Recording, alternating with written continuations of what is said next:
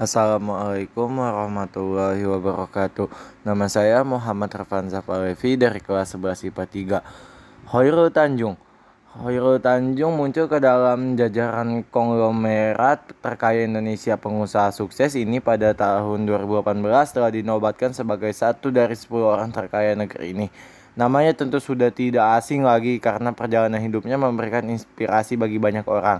Tidak sedikit orang yang penasaran dengan biografi Khairul Tanjung tersebut.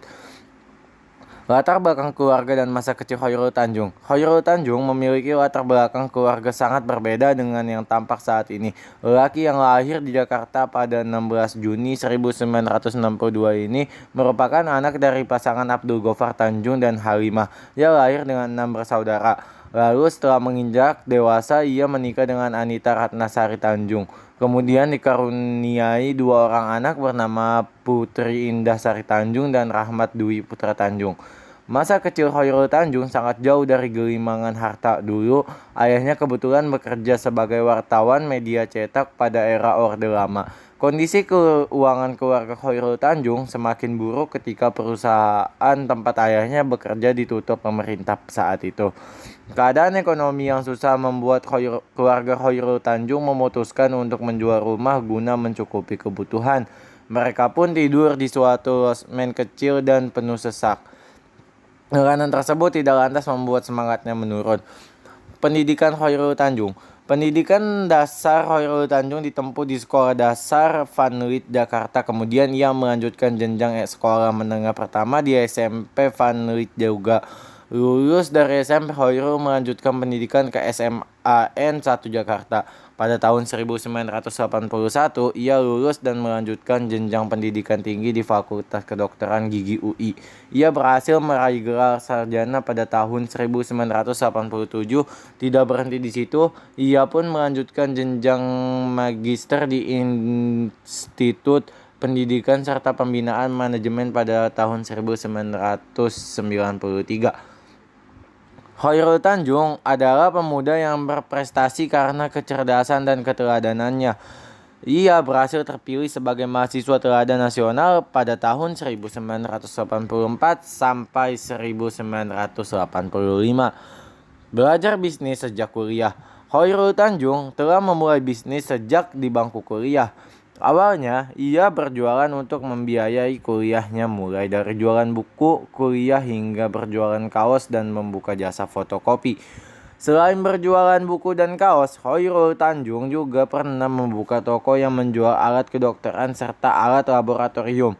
Namun, karena suatu hal bisnis tersebut bangkrut setelah menyelesaikan pendidikannya di Universitas Indonesia atau UI, Khairul Tanjung mulai fokus merintis bisnis. Awalnya, ia membuka bisnis ekspor sepatu anak. Ia menjalankan bisnis ini bersama 3 orang temannya. Bisnis yang dinamai PT Pariyarti Sindutama ini menghabiskan modal 150 juta yang dipinjam dari bank. PT yang didirikan pada tahun 1987 tersebut lambat laun mulai memberikan hasil memuaskan. Bahkan pernah mendapat pesanan dari Italia sebanyak 160.000 pasang sepatu. Akan tetapi pada akhirnya Khairul Tanjung memutuskan untuk keluar dari perusahaan yang telah dibangun tersebut lantaran problem internal. Membangun dan mendirikan CT Corp. Pada tahun 1987, Khairul Tanjung mendirikan bisnis sendiri yang diberi nama Para Group, yang kini berganti nama menjadi CT Corp karena telah memiliki jaringan cukup luas. Bisnis ini mampu berkembang dengan sangat pesat.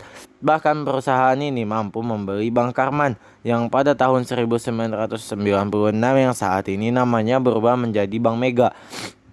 Tidak hanya itu, Khairul Tanjung juga berhasil membuka bisnis toko di Bandung Supermall. Menariknya lagi, Khairul Tanjung juga berhasil membeli Bank Tugu yang kini menjadi Bank Mega Syariah Indonesia. Di tangannya, Bank Mega perlahan-lahan mulai menguntungkan. Akhirnya pada tahun 2001, bank tersebut berhasil menawarkan saham di Bursa Efek Jakarta. Berikutnya, Bank Mega pun menjadi tulang punggung Para Group. Pendiri Trans TV, Khairul Tanjung tidak hanya berhasil di sektor keuangan. namun juga mendirikan bisnis media. Ia pun mendirikan Trans TV. Pada bulan Agustus 1998, salah satu stasiun televisi swasta nasional ini mendapat izin siaran. Kemudian pada tahun 2006 perusahaannya berhasil mengakuisisi TV7 milik Kompas Gramedia. Sejak saat itu, nama Trans TV berubah menjadi Trans 7.